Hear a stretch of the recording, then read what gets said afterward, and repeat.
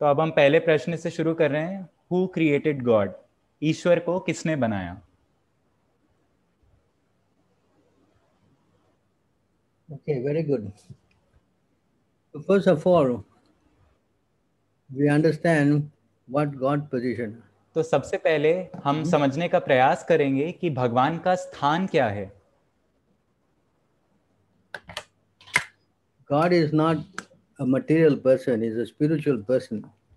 भगवान कोई भौतिक पदार्थ नहीं है, भगवान आध्यात्मिक हैं। So just like the spirit soul which is not created, जैसे कि जीव आत्मा है जिसकी रचना नहीं हो सकती, God is the supreme personality, so how he can be created? उसी प्रकार जैसे जीवात्मा है जिसकी कोई जिसको पैदा नहीं किया जा सकता या जिसे बनाया नहीं जाता, उसी प्रकार परम पुरुषोत्तम भगवान हैं जिन्हें बनाया नहीं जाता। So if he is the supreme personality, nothing can exist above him, or nothing can exist above him. अगर वे In fact, he is the source of both the material and spiritual world.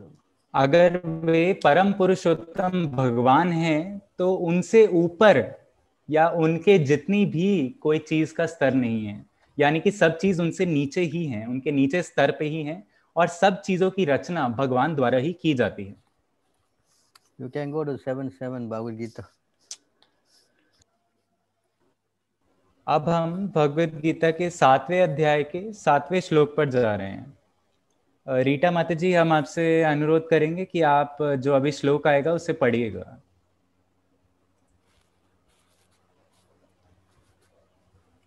आप unmute कर सकती हैं अपने आप को, रीटा माता जी। Yes.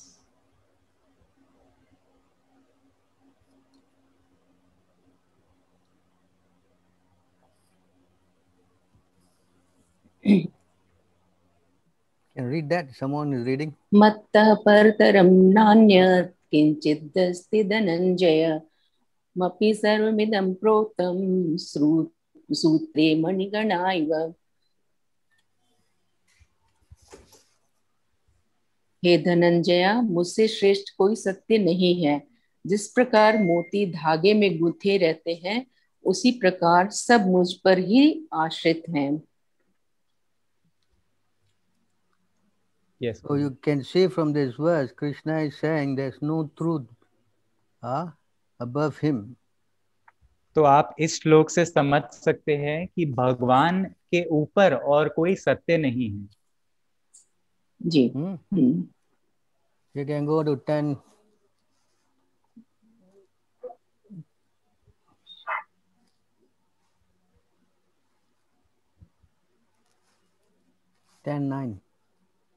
Sorry, 10:8.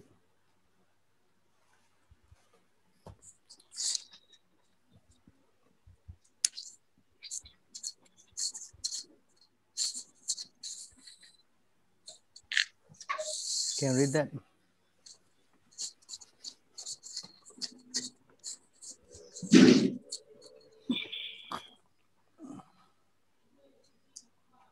जी। अहम सर्वस्य प्रभवो मत्तः सर्व प्रवर्तते इति मत्वा भजन्ते मां बुधा भाव समन्विता।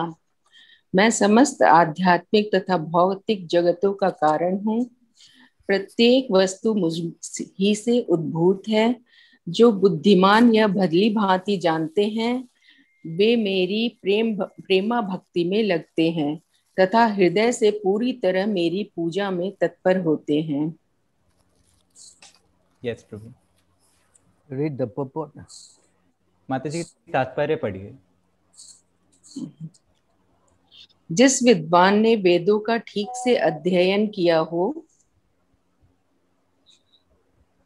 और भगवान चैतन्य जैसे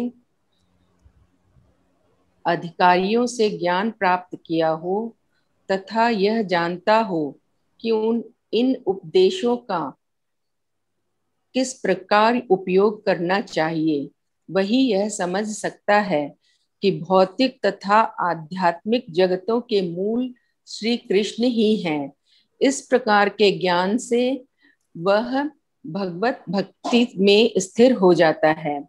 वह व्यर्थ की टीकाओं से या मूर्खों के द्वारा कभी पथभ्रष्ट नहीं होता। सारा वैदिक साहित्य स्वीकार करता है कि कृष्ण ही ब्रह्मा, शिव तथा अन्य समस्त देवताओं के स्तोत्र हैं। अथर्ववेद में कहा गया है, यो ब्रह्मांडं विदधाति पूर्वं यो वै वेदांश गापयति स्म कृष्ण। प्रारंभ में कृष्ण ने ब्रह्मा को वेदों का ज्ञान प्रदान किया और उन्होंने भूतकाल में वैदिक ज्ञान का प्रचार किया। पुनः नारायण उपनिषद में कहा गया है, अथ पुरुषो हवै नारायणो कामयत प्रजा सृजेयते। तब भगवान ने जीवों की सृष्टि करनी चाहिए। उपनिषद में आगे भी कहा गया है, नारायणाद ब्रह्मा जायते, नारायणाद प्रजापति प्रजायते, नारायणाद इंद्रो जायते, नारायणादस्त्रो विश्वो जायन्ते, नारायणादेकादश रुद्रा जायन्ते, नारायणाद्रिवादशादित्याः। नारायण से ब्रह्मा उत्पन्न होते हैं, नारायण से प्रजापति उत्पन्न होते हैं, नारायण से इंद्र और 8 वासु उत्पन्न होते हैं, और नारायण से ही 11 रुद्र तथा 12 आदित्य उत्पन्न होते हैं। यह नारायण कृष्ण के ही अंश हैं। वेदों का ही कथन है, ब्रह्मण्यो देवकी पुत्र कृष्ण ही भगवान है। नारायण उपनिषद 4 में कहा गया है। तब ये कहा गया, एको वै आसीन ब्रह्मा न ईशानो, नापो नाग्नि समो नेमे द्यावा पृथ्वी न, नाक्षत्राणि न सूर्य। सृष्टि के प्रारंभ में केवल भगवान नारायण थे, न ब्रह्मा थे, न शिव, न अग्नि थी, न चंद्रमा, न नक्षत्र और न सूर्य। महाउपनिषद में यह भी कहा गया है कि शिवजी परमेश्वर के मस्तक से उत्पन्न हुए। अतः वेदों का कहना है कि ब्रह्मा तथा शिव के सृष्टा भगवान की ही पूजा की जानी चाहिए। मोक्ष धर्म में कृष्ण कहते हैं, प्रजापतिं च रुद्र चाप्यहमेव सृजामि वै, तो ही मां न विजानीतो मम माया विमोहितो। मैंने ही प्रजापतियों को, शिव तथा अन्यों को उत्पन्न किया, किंतु वे मेरी माया से मोहित होने के कारण यह नहीं जानते हैं कि मैंने ही उन्हें उत्पन्न किया। वराह पुराण में भी कहा गया है, नारायणः परो देवस्तस्माज्जात श्रवतुर्मुखः, तस्माद्र रुद्रो भवद्वेव स च सर्वज्ञताम गतः।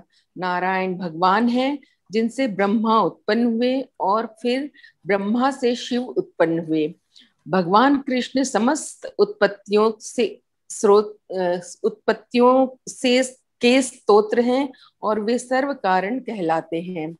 वे स्वयं कहते हैं, चूंकि सारी वस्तुएं मुझसे उत्पन्न हैं, अतः मैं सबों का मूल कारण हूँ। सारी वस्तुएं मेरे अधीन हैं, मेरे ऊपर कोई भी नहीं है। कृष्ण से बढ़कर कोई परम नियंता नहीं है। जो व्यक्ति प्रामाणिक गुरु से या वैदिक साहित्य से इस प्रकार कृष्ण को जान लेता है, वह अपनी सारी शक्ति कृष्ण भावनामृत में लगाता है और सचमुच विद्वान पुरुष बन जाता है।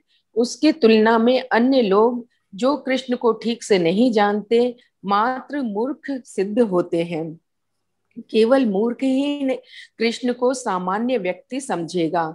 कृष्ण भावना भावित व्यक्ति को चाहिए कि कभी मूर्खों द्वारा मोहित न हो। उसे भगवत गीता की समस्त अप्रामाणिक टीकाओं एवं व्याख्याओं से दूर रहना चाहिए और दृढ़ता पूर्वक कृष्ण भावनामृत में अग्रसर होना चाहिए। हरे Krishna. Can you go to 4-6 Bhagavad Gita?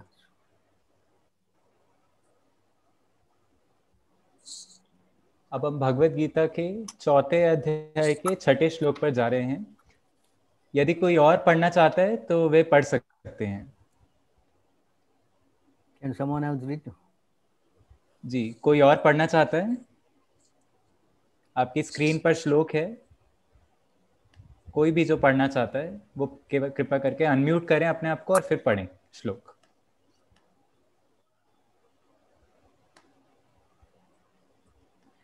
Mataji, can you increase the size? Oh, okay, you have zoomed in now. अजोऽपि सन् अव्ययात्मा भूतानामीश्वरोऽपि सन् प्रकृतिं स्वामधिष्ठाय सम्भवाम्यात्ममायया। माताजी, can you scroll down? Translation. यद्यपि मैं अजन्मा तथा अविनाशी हूँ और यद्यपि मैं समस्त जीवों का स्वामी हूँ, तो भी प्रत्येक युग में मैं अपने आदि दिव्य रूप में प्रकट होता हूँ। प्रभु पर्पट ऑल्सो। Yes. तात्पर्य, भगवान ने अपने जन्म की विलक्षणता बताई है। यद्यपि वे सामान्य पुरुष की भांति प्रकट हो सकते हैं, किंतु उन्हें विगत अनेकानेक जन्मों की पूर्ण स्मृति बनी रहती है, जबकि सामान्य पुरुष को कुछ ही घंटे पूर्व की घटना स्मरण नहीं रहती। यदि कोई पूछे कि एक दिन पूर्व इसी समय तुम क्या कर रहे थे, तो सामान्य व्यक्ति के लिए इसका तत्काल उत्तर दे पाना कठिन होगा। उसे उसको स्मरण करने के लिए अपनी बुद्धि को कुरेदना पड़ेगा कि वह कल इसी समय क्या कर रहा था। फिर भी लोग प्रायः अपने को ईश्वर या कृष्णा घोषित करते रहते हैं। मनुष्य को ऐसी निरर्थक घोषणाओं से भ्रमित नहीं होना चाहिए। अब भगवान दोबारा अपनी प्रकृति या स्वरूप की व्याख्या करते हैं। स्वभाव तथा स्वरूप दोनों हैं कि वे अपने ही शरीर में प्रकट होते हैं। वे सामान्य जीव की भांति शरीर परिवर्तन नहीं करते। इस जन्म में बद्धजीव का एक प्रकार का शरीर हो सकता है, किंतु अगले जन्म में दूसरा शरीर रहता है। भौतिक जगत में जीव का कोई स्थायी शरीर नहीं है, अपितु वह एक शरीर से दूसरे में देहांतरण करता रहता है। किंतु भगवान ऐसा नहीं करते। जब भी वे प्रकट होते हैं तो अपनी अंतरंगा शक्ति से वे अपने उसी आद्य शरीर में प्रकट होते हैं। दूसरे शब्दों में श्री कृष्ण इस जगत में अपने आदि शाश्वत स्वरूप में दो भुजाओं में बांसुरी धारण किए अवतरित होते हैं। वे इस भौतिक जगत से निष्कुलित रहकर अपने शाश्वत शरीर सहित प्रकट होते हैं। यद्यपि वे अपने उसी दिव्य शरीर में प्रकट होते हैं और ब्रह्मांड के स्वामी होते हैं, तो भी ऐसा लगता है कि वे सामान्य जीव की भांति प्रकट हो रहे हैं। यद्यपि उनका शरीर भौतिक शरीर की भांति क्षीण नहीं होता, फिर भी ऐसा प्रतीत होता है कि भगवान कृष्ण बालपन से कुमारावस्था तथा कुमारावस्था से तरुणावस्था प्राप्त करते हैं। किंतु आश्चर्य तो यह है कि वे कभी युवावस्था से आगे नहीं बढ़ते। कुरुक्षेत्र युद्ध के समय उनके अनेक पौत्र थे, या दूसरे शब्दों में वे भौतिक गणना के अनुसार काफी वृद्ध थे। फिर भी वे 20-25 वर्ष के युवक जैसे लगते थे। हमें कृष्ण की वृद्धावस्था का कोई चित्र नहीं दिखता, क्योंकि वे कभी भी हमारे समान वृद्ध नहीं होते। यद्यपि वे तीनों काल में, भूत, वर्तमान तथा भविष्य काल में सबसे वयोवृद्ध पुरुष हैं। न तो उनके शरीर और न ही बुद्धि कभी क्षीण होती या बदलती है। अतः यह स्पष्ट है कि इस जगत में रहते हुए भी वे उसी अजन्मा सच्चिदानंद रूप वाले हैं, जिनके दिव्य शरीर तथा बुद्धि में कोई परिवर्तन नहीं होता। वस्तुतः उनका आविर्भाव और तिरोभाव सूर्य के उदय तथा अस्त। माताजी, कैन यू स्क्रॉल डाउन?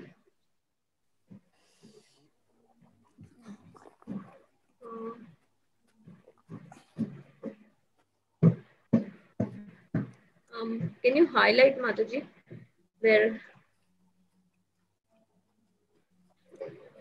उदय तथा अस्त के समान हो है, जो हमारे सामने से घूमता हुआ हमारी दृष्टि से ओझल हो जाता है। जब सूर्य हमारी दृष्टि से ओझल रहता है तो हम सोचते हैं कि सूर्य अस्त हो गया है, और जब वह हमारे समक्ष होता है तो हम सोचते हैं कि वह क्षितिज में है। वस्तुतः सूर्य स्थिर है, किंतु अपनी अपूर्ण एवं त्रुटिपूर्ण इंद्रियों के कारण हम सूर्य को उदय और अस्त होते परिकल्पित करते हैं। और चूंकि भगवान का प्राकट्य तथा तिरोधान सामान्य जीव से भिन्न है, अतः स्पष्ट है कि वे शाश्वत हैं, अपनी अंतरंगा शक्ति के कारण आनंद स्वरूप हैं, और इस भौतिक प्रकृति द्वारा कभी कलुषित नहीं होते। वेदों द्वारा भी पुष्टि की जाती है कि भगवान अजन्मा होकर भी अनेक रूपों में अवतरित होते रहते हैं, किंतु तो भी वे शरीर परिवर्तन नहीं करते। श्रीमद् भागवत में वे अपनी माता के समक्ष नारायण रूप में 4 भुजाओं तथा 6 ऐश्वर्यों से युक्त होकर प्रकट होते हैं। उनका आद्य शाश्वत रूप में प्राकट्य उनकी अहेतुकी कृपा है, जो जीवों को प्रदान की जाती है, जिससे वे भगवान के यथारूप में अपना ध्यान केंद्रित कर सकें, न कि निर्विशेषवादियों द्वारा मनोधर्म या कल्पनाओं पर आधारित रूप में। विश्वकोश के अनुसार माया या आत्मा माया शब्द भगवान की अहेतुकी कृपा का सूचक है। भगवान अपने समस्त पूर्व आविर्भाव तिरोभावों से अवगत रहते हैं, किंतु सामान्य जीव को जैसे ही नवीन शरीर प्राप्त होता है, वह अपने पूर्व शरीर के विषय में सब कुछ भूल जाता है। वे समस्त जीवों के स्वामी हैं, क्योंकि इस धरा पर रहते हुए वे आश्चर्यजनक तथा अतिमानवीय लीलाएं करते रहते हैं। अतः भगवान निरंतर वही परम सत्य रूप हैं, और उनके स्वरूप तथा आत्मा में या उनके गुण तथा शरीर में कोई अंतर नहीं होता। अब यह प्रश्न किया जा सकता है कि इस संसार में भगवान क्यों आविर्भूत और तिरोभूत होते रहते हैं। अगले श्लोक में इसकी व्याख्या की गई है। Over Prabhu, Hare Krishna. Very good. So try to understand the position of God.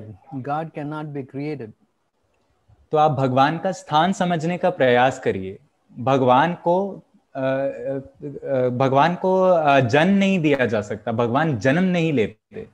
He is called therefore Aja, unborn. इसलिए उन्हें आजा कहते हैं, यानी कि जिसका जन्म नहीं होता। And he is also referred by Lord Brahma as Anadir, no beginning, no end. और ब्रह्मा जी ने भगवान को अनादिर कहकर भी बुलाया है, जिसका अर्थ होता है जिसकी कोई शुरुआत नहीं है और जिसका कोई अंत नहीं है। Because we are so used to seeing everything created. क्योंकि हमने यही देखा है कि हर चीज पैदा होती है, हर चीज बनाया जाता है। So therefore when we see God, we think he must be also created. इसलिए जब हम भगवान की बात करते हैं तब हमें लगता है कि हाँ, उनकी रचना किसी ना किसी ने की होगी या उन्होंने भी जन्म लिया होगा। God is not created. Everything is created by God.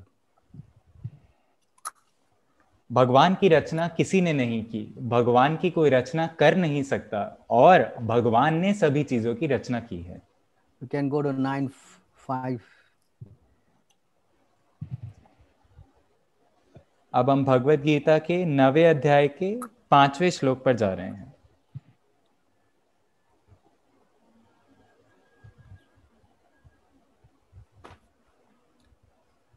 You can read it, Akshay. Yes, Prabhu. Read the sloka and then read the thing. Yeah, just a second, Prabhu. It's loading on my screen. Yeah. न च मत स्थानी भूतानि पश्य मे योगमैश्वरम् भूत बृहन् न च भूतस्थो महात्मा भूत भावनाः। Mahatma. Okay, read. ममात्मा भूत भावना, तथापि मेरे द्वारा उत्पन्न सारी वस्तुएं मुझ में स्थित नहीं रहती। जरा मेरे योग ऐश्वर्य को देखो। यद्यपि मैं समस्त जीवों का पालक यानी कि भरता हूं और सर्वत्र व्याप्त हूं, लेकिन मैं इस विराट अभिव्यक्ति का अंश नहीं हूं। मैं सृष्टि का कारण स्वरूप हूं। Translation, I mean purport. तात्पर्य शिला प्रभुपाद द्वारा। भगवान का कथन है कि सब कुछ उन्हीं पर आश्रित है। मत्स्थानी सर्वभूतानि, इसका अन्य अर्थ नहीं लगाना चाहिए। भगवान जगत के पालन तथा निर्वाह के लिए प्रत्यक्ष रूप से उत्तरदायी नहीं है। कभी कभी हम एटलस, एक रोमन देवता हैं, जो को अपने कंधों पर गोला उठाए देखते हैं। वह अत्यंत थका लगता है और इस विशाल पृथ्वीलोक को धारण किए रहता है।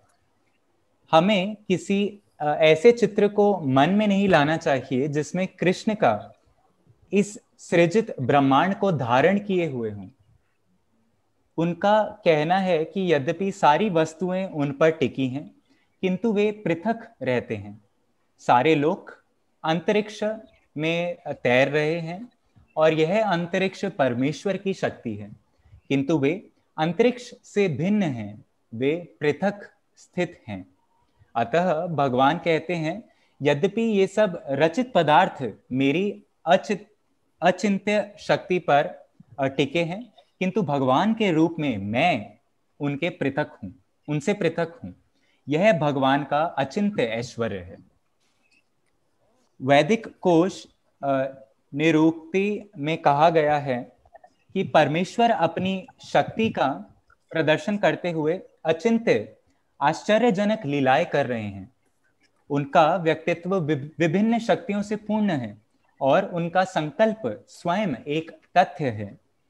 भगवान को इस रूप में समझना चाहिए। हम कोई काम करना चाहते हैं तो अनेक विघ्न आते हैं और कभी कभी हम जो चाहते हैं वह नहीं कर पाते, किंतु जब कृष्ण कोई कार्य करना चाहते हैं तो सब कुछ इतनी पूर्णता से संपन्न हो जाता है कि कोई सोच नहीं पाता कि यह सब कैसे हुआ।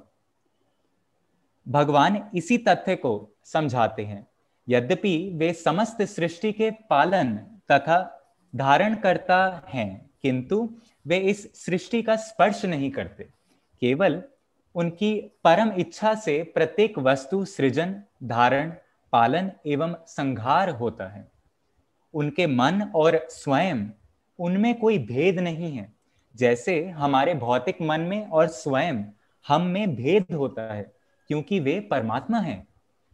साथ ही वे प्रत्येक वस्तु में उपस्थित हैं, किंतु सामान्य व्यक्ति यह नहीं समझ पाता कि वे साकार रूप में किस तरह उपस्थित हैं। वे भौतिक जगत से भिन्न हैं, तो भी प्रत्येक वस्तु उन्हीं पर आश्रित है। यहीं पर इसे ही योगम ऐश्वर्यम अर्थात भगवान की योग शक्ति कहा गया है। Yes Prabhu. Very good.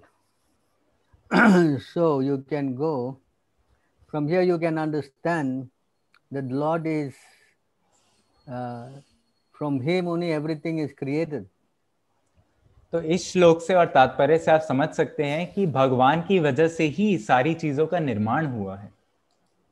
Not that he is created by somebody. That's not correct. और जबकि ये असत्य है कि भगवान को किसी ने बनाया है। Can you go to 3:22?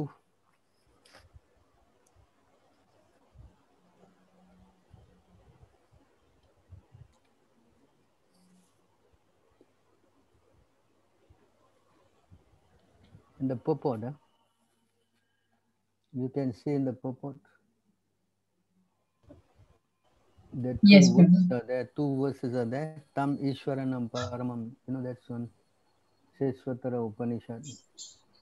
Oh yes, Prabhu. Yes, Prabhu. Can you read the purport of that? I mean the translation. So you want us to read like that paragraph, Prabhu? Yeah, down. The two sloka down. There are 2 verses. Just read the translation of the 2 verses. Oh, okay, Mataji, you can move a little bit up. Yes, yes. परमेश्वर समस्त नियंताओं के नियंता हैं और विभिन्न लोक पालकों में सबसे महान हैं। सभी उनके अधीन हैं। सारे जीवों को परमेश्वर से ही विशिष्ट शक्ति प्राप्त होती है। जीव स्वयं श्रेष्ठ नहीं है। वे सभी देवताओं द्वारा पूज्य हैं और समस्त संचालकों के भी संचालक हैं। अतः वे समस्त भौतिक नेताओं तथा नियंताओं से बढ़कर हैं और सबों द्वारा आराध्य हैं। उनसे बढ़कर कोई नहीं है और वे ही समस्त कारणों के कारण हैं। उनका शारीरिक स्वरूप सामान्य जीव जैसा नहीं होता। उनके शरीर तथा आत्मा में कोई अंतर नहीं है। वे परम हैं। उनकी सारी इंद्रियां दिव्य हैं। उनकी कोई भी इंद्रिय अन्य किसी इंद्रिय का कार्य संपन्न कर सकती है। अतः न तो कोई उनसे बढ़कर है, न ही उनके तुल्य है। उनकी शक्तियां बहुरूपिणी हैं। फलतः उनके सारे कार्य प्राकृतिक अनुक्रम के अनुसार संपन्न हो जाते हैं। श्वेताश्वतर उपनिषद। So this makes it very clear the supreme position of God Krishna. तो इस प्रकार से हम समझ सकते हैं कि भगवान परम पिता हैं, वे परमेश्वर हैं, सबसे ऊंचे हैं, सबसे बड़े हैं। So therefore he has no one above him. इसीलिए उनसे ऊंचा और कोई नहीं है, उनसे बढ़कर और कोई नहीं है।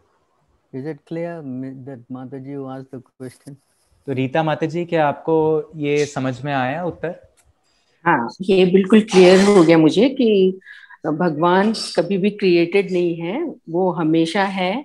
हम आते जाते रहते हैं और हम सोचते हैं कि भगवान भी हमारी तरह है, लेकिन वैसे नहीं है। वो परम है, उनका स्थान परम है। वो कभी भी जन्म भी नहीं लेते हैं और कभी भी वृद्धावस्था को भी प्राप्त नहीं करते हैं। जी, हरे Krishna. So Prabhu, she is saying that she has very well understood this point, that yes, nobody has created God and he is supreme, his abode is supreme, everything in relation to him is supreme. And because we sometimes perceive like that, because we see it around in our world, that everything is born, so we also think that the Lord also takes birth. But actually this is not the case. From him everything is there. So very good. So I am very happy she understood it very clearly. जी, तो प्रभु कह रहे हैं कि प्रभु को बहुत प्रसन्नता हुई यह जानकर कि आपको इस प्रश्न का उत्तर मिल गया, आपको समझ में आया। So this is how we must understand God from God himself. तो इसी प्रकार से हमें भगवान को समझने का प्रयास करना चाहिए, भगवान की अपनी वाणी को सुनकर, जो भगवान ने अपने बारे में बताया है उसी चीज को सुनकर। Not from our mental strength, you know. अपनी बुद्धि के आधार पर हम भगवान को नहीं समझ सकते। With our mind we cannot reach God. That's not possible. By speculation we cannot find out who is God. Hello, you lost out. You there? Yes, Prabhu, you are able to hear me? Yeah. You tell her by mental speculation we cannot go to God or find out who he is. तो हम अपनी बुद्धि के आधार पर भगवान की ओर नहीं जा सकते और हम ये पता नहीं कर सकते कि भगवान वास्तविक में है कौन। हमें भगवान से ही सुनना पड़ेगा। To find out God from God himself. हमें भगवान कौन है ये भगवान से के पास जाकर ही पता करना पड़ेगा। That's why he has given all these Vedic scriptures, you know, शास्त्र। इसीलिए भगवान ने हमें ये शास्त्र दिए हैं।